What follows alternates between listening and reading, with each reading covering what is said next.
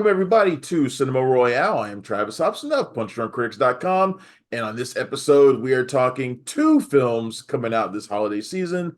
One is Ava DuVernay's Origin, and the other is The Color Purple, is the remake of the classic film that everybody's grandma loves. At least in my family, all the Black women love the original Color Purple and are wary of this movie.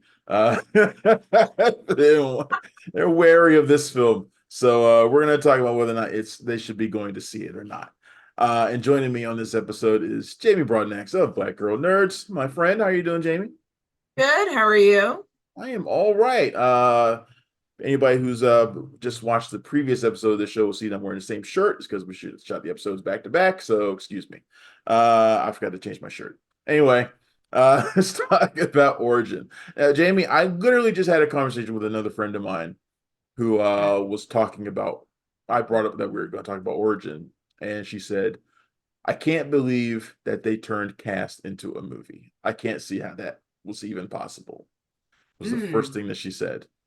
And that seems to be the, prevailing idea when it comes to this movie. Caste, Isabel Wilkerson's book about caste systems around the world, does Mm. not lend itself to a narrative, a narrative feature film. It probably would be Mm. easier to do as a documentary, but Ava DuVernay has turned it into a feature film, a narrative. How do you think she did with it? Yeah, so I have not read the book Cast, so I can't speak from the perspective of someone who knows the source material and the adaptation into the film. But from what I understand, the way Ava captured this story is just focusing on Isabel Wilkerson's research. Mm-hmm. And not diving into what the caste system is. I mean, that's discussed in the film, but not diving into the details about, how these systems affect different communities and all of that. Like really diving into those details and like the repercussions of how those oppressive systems affect people. She explores bits and pieces of that, and we'll talk about that more as like we see that in the South Asian communities. We see that with the storyline between the Jewish woman and the former Nazi soldier, their storyline, and then a couple in the Jim Crow South. So we see different sub stories that are reflective, but overall, I think the overarching narrative is just focusing on Isabel Wilkerson's research, and then this well-crafted sort of, love story that happens with her and her husband, sort of being her support system, and then also this great relationship that she has with her cousin, played by Niecy Nash Betts, who just gave one of the most remarkable and extraordinary performances, I think, of her career in this film. So yeah, I personally I liked the way the narrative was presented, but after seeing this film, and I put this in my review, I do want to read the book. So Right. it's one of those movies that made me go, okay, now I got to read the book. Now I got to do a deeper dive into this Right. subject matter. Yeah, because the idea of caste is it's overwhelming, especially in how it relates to racism and our treatment of Black people here in this country, and treatment of the Jews in Germany, and like you said, the Dalits in India, and stuff like that. It's a really all-encompassing idea that Isabel Wilkerson lays out for you in Caste. To see it brought into a movie that's weaved in with this personal story of Isabel, and she's going through a series of tragedies. That's like Yeah. really the core of the film, is her finding herself and through her research after one tragedy after another after another, and picking up the pieces, and doing that, while taking on this gigantic subject. I think that's the thing that I think sticks with me the most about it, because it's not always perfect. It can be at times a bit clunky, but the fact that Ava was able to do it and make me feel something for what Isabel's going through the whole time, her personal journey. She's going through a journey this whole way. I think it's just extraordinary. I think it's Ava's best film, and I agree. Ava has done some tremendous stuff. Obviously, to say that Yes. she's done her best movie is, I think, high praise. I agree completely. I've mentioned this in my review. It's a film that sticks with you. Yeah. It makes you think, it makes you ponder, it makes you want to, dive in more into the subject matter of caste. I never even thought about caste until watching this film and thinking about how, yeah, race is a construct, and that when you think of situations like a black man oppressing a black like police officer oppressing a black man, and those situations, and that it's not really race, that it's more like um, this power dynamic, this social, class based, oppression kind of Yeah. thing, which is what Caste explores. Because that's something that makes you wonder, like, why is there a black police officer assaulting and harassing another black man? It's not race based violence or harassment. So Caste, it kind of it allows you to sort of just ask those questions. And one of the things that Cast that Origin does is it doesn't really answer your questions, and that's not what the film is, I think, intended for. um I don't think Ava's intent is for anyone to have, or it's Ava's intent is not for any problems to be solved through this film. Like, it's not going to answer the questions about how do we solve issues of racism and systemic oppression in our society. It's more just asking those questions and wondering and exploring what this all means. So yeah, it resonated with me in a way that I just wasn't expecting. Yeah, it makes you, it's like the book. The movie is designed to make you think about race in a different kind of way. Yeah. Like we get a couple scenes in the movie where Isabel is trying to talk about her subject, and the people in her life reduce it to racism, reduce a problem to racism, and she's trying to explain to them that it's about more than that. Like when she's talking with her mom about Trayvon Martin, and her mom is like, he should have just done with the done with what he wanted him to do, and he's basically, and she's, and you get this idea. It's kind of how the idea is planted in Isabel's head to expand on this. Why does my mom feel this way? That this boy should live his life in subservience, in a sense, to this Mm. white man, but she comes from a different generation. She comes from a completely different generation where you did what you had to do to live, and what you did to have to live was to live that way, to be that way. I thought it was interesting when her husband, played by John Bernthal, I really loved that relationship too. Even though we get to see not that much of it, it it, Right. it makes an impact that like looms throughout the movie, even though you don't see that much. But I liked his answer, to that. It's like you shouldn't live your life that way, but I'm afraid white people are afraid of black people. Are Yeah. afraid of black people. It's and it's true. It Uh, is. but the movie's designed to make you think about things in a different kind of way, and Yeah. so it doesn't feel like like you're in class, which this movie easily could have been under the wrong guidance.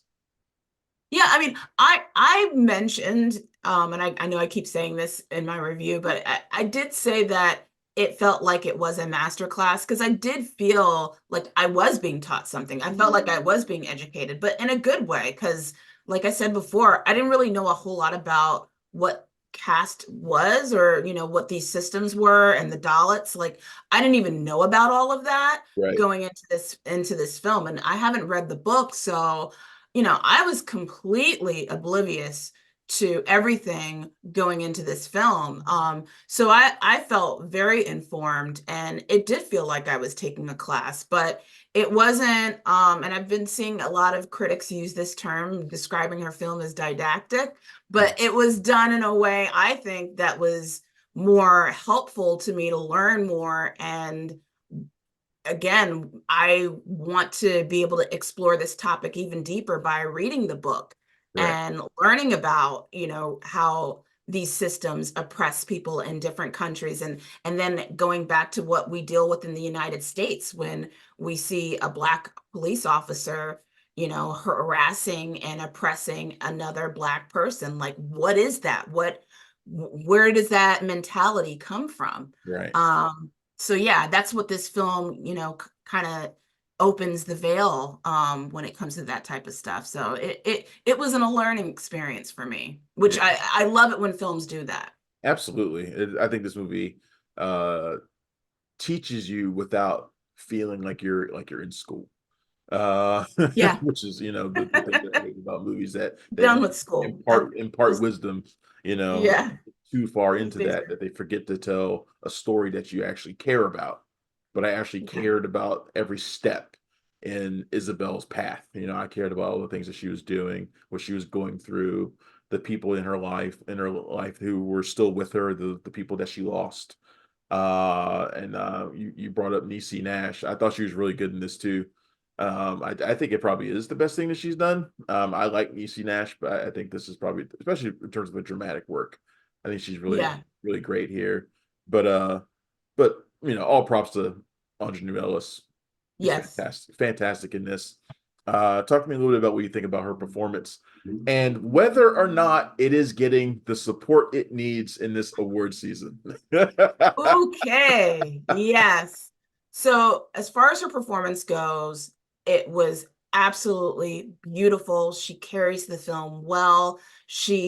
We experienced this whole wave of emotions with her character because you mentioned her character undergoes all of this loss throughout very important people in her life. And this is based on the true story of Isabel Wilkerson. So these are people that are, very seminal folks that mean a lot to her that she loses. So she's going through this whole process while doing this research and diving into what caste means and creating this book, which ends up becoming, sort of the magnum opus of her career, this book. So a lot goes on, and to put all of that into that performance for Ingenue, I just thought that that was absolutely extraordinary. I'll give you a little bit of an exclusive here on your show. I haven't put it out on my podcast yet, but I had the opportunity to speak to Ingenue for Origin, and she had mentioned the scene that she had done where she's listening on the call, or listening to the voice call of Trayvon Martin. And Mhm. as we know, that's a real actual 911 recording of Yeah. Trayvon Martin. Well, Ingenue had never heard that call until they filmed that scene. So I thought that that scene was just so riveting, so amazing. And you saw all of those emotions in that moment. And for her as an actor to undergo that scene while not even hearing that for the first time, I just thought that that was absolutely phenomenal. I So thought, I she was amazing. let me interrupt you, but I thought to start the movie with the Trayvon Martin reenactment was a brave move on Yes, Ava's part because it immediately puts you in your corner. So yes, if you know how you're going to feel about a lot of this movie based on that opening scene, if you're defensive about it, you support what happened to Trayvon, whether you want to admit it or not, it puts you in your box. I like that she does that. But then I think what she does from that point on is subvert your expectations to some degree. There's the scene that comes not too long after that where Isabel has a conversation with Nick Offerman's character who's wearing the MAGA hat, mm, and it does not go the way you think it's going to go. Like it looks like it's going to start out yeah, one way and it goes a completely different way, suggesting that people have more of a connection together if we just try to be open and civil with each other. If we just talk to one another, it just does not go the way you think it's going to play out. And I think the movie's filled with a lot of little moments like this that don't go the way you think they're going to go. I would say the scene with the Connie Nielsen's character, the Germans that doesn't go quite the way you think it's going to go either. There's a lot of little scenes like that where Ava is doing new things and imparting wisdom in ways that you're not expecting.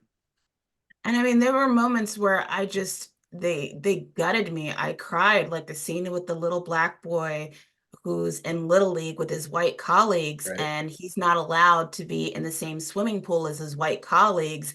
And he wanted to swim, and all of the white kids had to get out of the pool, and they had to put him on a float because he couldn't touch the water, Touch the water. because it would be deemed unsanitary, and he had to be floated along the water to enjoy, that method of swimming, um, in order to participate with his little league colleagues.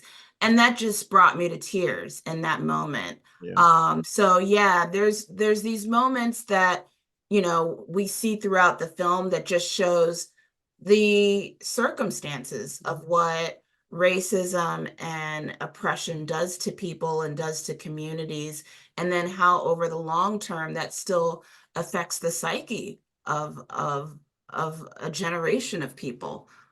So yeah, Ava just did this beautifully. Yeah. Absolutely. And oh yeah, and you asked about the campaign around the award Let's season. let's let's talk about the elephant in the room. Is Neon doing enough to support Origin? Is it doing enough to support Anjanou Ellis's performance? I say the answer is no. What do you think? Absolutely not. It's unfortunate because Neon is not, they're not a stranger to the awards No, conversation, right? I mean, not at all. Parasite won Best Picture. That's a Neon film. Parasite, Uh, the Lady on Fire, they know how to try to promote a movie. yeah, I, Tanya. I mean, there's films that have gotten awards or have been in the awards conversation that are Neon films. So the fact that Origin is not getting any love whatsoever is just, it blows my mind.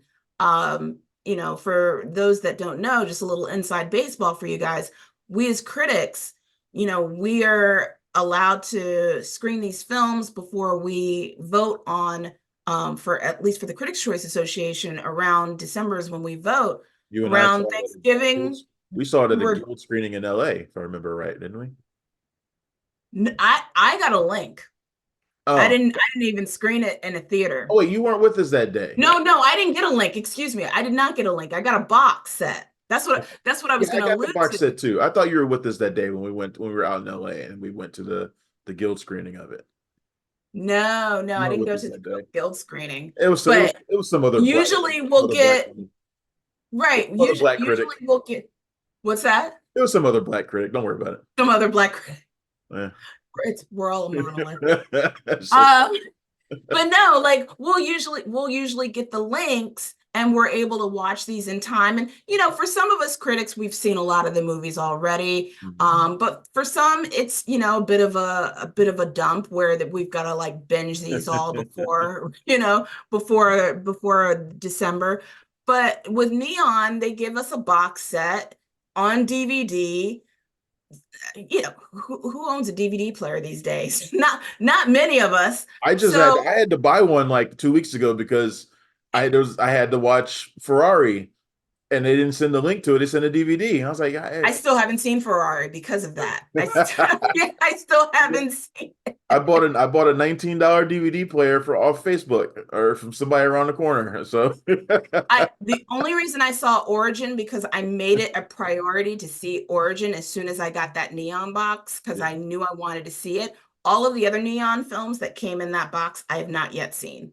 We've talked Uh, about the neon box on this show before, me and some other people. The neon box is a topic of discussion because it's like the best box.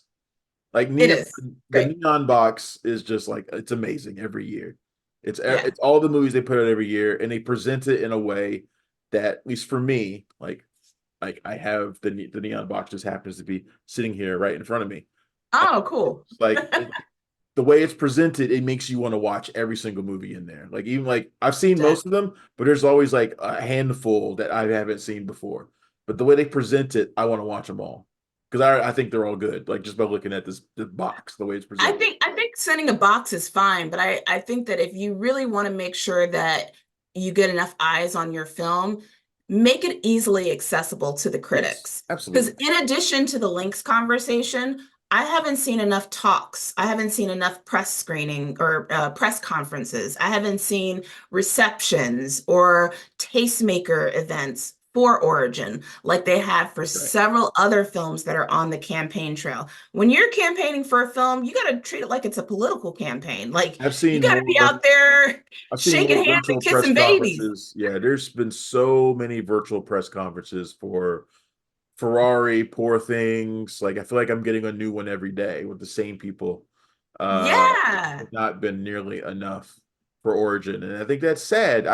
On the one hand, I get it that Neon is probably struggling to find a way to promote this movie. It's not an easy movie, I think, to boil down for people. Well, another thing too, which bothers me about the promotion is the poster art for the film.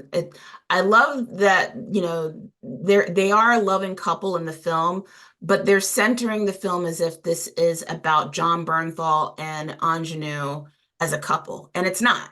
Really, it's Ingenue's film. It's Yep. it's it's about her going through this research. Yep. So why they have them as the primary source of the marketing materials with the poster art, that to me was a bit of a fail. I think they should have just shown, and I know that there's another poster art that just shows Ingenue's face, but I mostly see them two, That which is in image is your behind background you as is well. the main image. Yeah. Yeah, I see that as the primary art. And also, they haven't featured any of the other actors. You've got Jasmine Cephas Jones. Reach out to those Hamilton fans. You know, You if you know, got you've you got got the Blair Underwood most in this beautiful movie. woman in the You've world, Jasmine Cephas Jones, in your movie. Show her. Yeah, Show you her. know, you've got tons of other actors that are in this film. Show and highlight them in the poster art. So that's another, issue that I had too with the marketing. Yeah, yeah. It's just not seem like they're. And I tried to give them some like some leeway that maybe they're waiting for the wide rollout in a couple weeks. Because I think the movie goes wide on January 19th. But for award season, they need to be pushing it now. It should have been done. It should have been pushed 2 months ago. And it just feels like they're slacking on this and putting their attention elsewhere. And I think that's unfortunate because I think the best movie that Neon has this year is Origin. And even if this wasn't award season, I'd be saying to push it because I think it's a movie people need to see. Because I think we all need to reevaluate our thinking when it comes to race and Yes, reevaluate our thinking to when it comes to a lot to the way we treat people and the reasons why we treat certain people a different kind of way. And we desperately need that line of thinking right now with all the stuff that we got going on in this country. Um, so I you agree. you'd think there would be a way for them to do that, and it just does not feel like Neon is doing that, and that to me is very disappointing. But 100. you've heard us talk about Origin. Obviously, we say to go see it. I think it's one of those movies you need to go see. If it comes to your theater and your town, do take a time to go out and check out Origin. All right, let's talk about another movie. The one that my grandparents and the aunts and uncles are fearful of. And that is the Color Purple, which is a musical adaptation of the Broadway musical, which I've never seen the Broadway musical. Um, Oh, and okay. now, yeah, it seems like all of a sudden all my friends have seen it, and I'm like, Yes. when did you all go see this thing? And I never got invited to go. Like everybody's like, oh, I love the musical. I saw this great. And I'm like, why didn't you invite me to go? I would have gone. Now I don't feel like I have to because I've seen the movie, but this is a retelling of the story that you are all very familiar with. Stars Fantasia Barrino as Celie. I think she's great in this. My thing, Jamie, that I've been telling people, and it's the people in Mhm. my family, and our friend Tim Gordon as well. Uh, you gotta put your thoughts on the previous one behind you Yeah. and accept this one for what it is. Yes. If you can do that, then I think you're going to love this version because I love this version. I love this version of the Color Purple. The Color Purple's not. I mean, look, the 1985 one, I like it, but I was 8 years old when it came out. I watched it, and I never could have appreciated it back then, for what it was. Watched it older, and I like it. but I have more of a connection to this one because it's more contemporary. And I love the way it tells its story. I think the musical numbers are fantastic. I think Fantasia, I think Seeley goes through an evolution that is believable. And I'll be damned if Danielle Brooks isn't the best thing I've seen all year on screen. I will say that when I was watching The Color Purple, at first I was like, well, this is good, but it's not blowing me away. It's good. But as soon as Danielle Brooks shows up, the movie cranks up to 10. And I was like, Fact. oh, okay, now I get it. Okay, yeah, now this movie's hitting because Daniel Brooks is on fire throughout this movie. She's ferocious in every scene. When she has to bring it down and show, she goes through she goes through her character who was originally played by Oprah. She goes through her down period. I have never seen her act that well in her life. She's fantastic in this. I think she's the best thing about this version of The Color Purple, which is great all around in terms of its ensemble. But Daniel Brooks is just stunning in this. Yeah, I mean, I used to live in New York City, so over 15 years ago, I actually was able to see the Broadway musical, and Fantasia was Celie then, Yes. and she had a very short run on Broadway. So I'm glad that I was able to see it when Fantasia was on stage. So to see her, do this live action version was amazing when I first heard about her being cast in the role. But you're right, you have to not really associate the film, the 1985 film, with this, and think of it as I'm going to see a Broadway play on the big screen. Right. That's the way you have to look at it, because it's a musical. It's not a reboot. It's not a remake. I remember when I was Right. putting out the trailer on Black Girl Nerds and people were leaving their comments saying, why are they doing a reboot? Why are they doing a remake? It's like, you guys, it's the musical. Right. um, but everything you said is on point. I mean, Danielle Brooks played Sophia also Sophia. on Broadway, so she was able to marinate in that role for so many years, doing that performance night after night. And obviously, it has paid off because she is stunning as Sophia.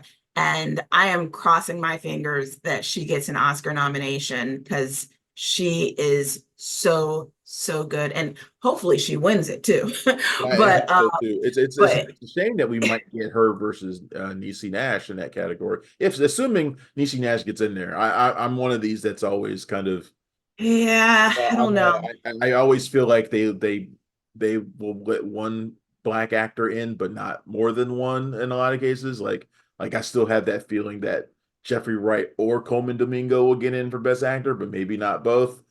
And I Well, the kind of black same way here well, a in the little bit. supporting character, in the supporting actress category, the two black actresses is definitely Davine and Danielle. I don't know about Niecy though. Like I don't think I feel she's like getting it. I feel like Divine might have the edge right now, but as much as Yeah. I like her in that movie, I think Danielle Brooks is better. Yeah, I Crucial. had thoughts about that, but it's for Yeah. another day. I love the holdovers. Don't get me wrong. I love it. The whole mammy-ish kind of I was gonna role. say, are you gonna bring up the word mammy Yeah, for Divine? it's that's the vibe that I got of her character. And I'm like, are Well, we really gonna be rewarding those type of performances again? But voters tend to be I'm gonna inclined to support her support. on the sidelines. Yeah, the Uh, voters tend to be inclined to support that kind of performance rather mm-hmm. than the kind that Daniel Brooks gives in Brad, Purple. yeah. Or than what Niecy Nash gave, and or even what Erica Alexander gave in American Fiction. I mean, she Yeah, should be considered, and she got Erica an Alexander Independent is Spirit Award great in that nomination. too. Absolutely. Um, What a great year for Black supporting actresses yeah. this year. Yeah, I didn't even really think about it until you mentioned Eric Alexander. It really is a fantastic year because Taraji P Henson could also carries a lot of the load that Danielle Brooks does in The Color Purple too. She's just as fiery and lifts up this movie just as much as she does in a lot of cases too Hmm. as Shug. So it's just so many great performances all around. So many great, and I really loved Colman Domingo in this. Mm, I thought he was great as Mr. He created Mr. as his own. Mr. was very nuanced, very complex. There were times that I liked Mr. He was very charismatic and Right. enamoring on screen, but then I hated him and he was just like repulsive at times. So I had all of these mixed emotions Yeah. throughout this journey about Mr. And yeah, the film is very different from the 1985 version because there is this redemptive arc and this forgiveness arc that happens between Mr. and Celie, which honestly I actually thought made more sense, specifically with Celie's character, than what we saw in the 1985 film. So I liked that take. There are little things in this movie that they change or enhance that I think are beneficial, and make more sense in today's context. Like the relationship between Suge and Celie, which is in this version is, I think, more overtly romantic, Yes. than it was in the 1985 one, when you didn't see that sort of thing on screen. You just didn't No. see it. And it makes sense for them to share a moment in this movie in a way that is undeniable. I think that's one of the reasons why you do movies like this for different generations of people, because Hmm. there's different context all the time. I Yeah. usually don't complain too much when another version of a movie comes out, because I want to see what the person will bring to it that makes more sense for a different audience. And I Yeah. think that's one of the things you get out of this version of The Color Purple that you might not get just by watching the other version. Absolutely. And I mean, this film did the same thing for me that the 1985 film did, because the scene where Celie reunites with Nettie, I still cried. I'm thinking, okay, I know how this story is going to play out. I know what happens. And it still was so emotionally, just raw, and it impacted me so much that I still cried during that moment. That's how gut-wrenching this film was. So it did a good job on all fronts. And yeah, the music was so good. I really love the music. I love the Hell No song by Danielle Brooks. So I good. feel like Yeah. that's going to be like a memeable thing. Like people are going to be on TikTok doing that. Um, but yeah, it's so beautifully crafted. I love the costumes, and Mhm. the cinematography looks great. I mean, it's Yeah. just the production value on this looks really good. I mean, you can tell that they really put their heart and soul into this production. And Yeah. props to Fatima Robinson, the choreographer. I mean, the choreography just looks amazing. The dance moves are just, oh man, out of this world. Like I just can't say Very enough good. good things about The If you Color if you Purple. have a if you, any of you have a chance to watch the cast and the producers, Oprah Winfrey, Steven Spielberg, Quincy Jones, talk about the movie, you can see how much they invested in this movie. You can see how much heart and soul and passion they brought to it. I think they've brought themselves to tears on multiple occasions at this point, and the crowd as well. So yeah, if you have a chance to catch any of that, be sure to go and do that, and then go see the movie too. The Color Purple's great, and it comes out I believe on Christmas Day, Yes. also. So And by the way, they did a great job with the casting of the young Celie. yeah, Um, Felicia, she looks yes, just like Fantasia. I'm yeah, just she really like, does. fitting image. Yeah, yeah. So And I mean, great job the there. cast, I mean, we didn't even mention Halle Bailey, who was in The Little Mermaid earlier this year. She's in this as well. It's just the cast of top. Her Gossett is Jr. in is it. in it. It's like Corey John Hawkins, Batiste is in it. John Yeah. Batiste. There's so many great performers up and down, multi-talented performers. Like almost all of them are multi-talented, can do everything. Yeah, it's Mhm. just it's really good. I'll be honest, I didn't go in expecting to really feel the way I feel about it. I'm usually kind of like even keeled when it comes to this stuff. Like, yeah, it might be all right. But I really did love The Color Purple. So I want people to go see. I want it to be a hit. I want it to be like one of those holiday hits over the Christmas season. So Yeah, well, I hope people treat it like an event. Like people, bring their families and they yeah. all dress up in purple and, do like with a Black Like Black Panther whenever Panther. they get all Yeah. dressed up. Yeah, like make it an Or we, event, we all we all became African royalty for a month or so. Yeah. Exactly. Exactly. Oh man. Well, Jamie, this has been fantastic talking with you about Origin and The Color Purple, two movies that we both enthusiastically endorse. And it's good to have that too, because it's not always the case. But thank you very much. You got anything coming up at Black Girl Nerds that you want to tell people about? Just check out Black Girl Nerds. Every Monday, we have a new podcast episode coming out.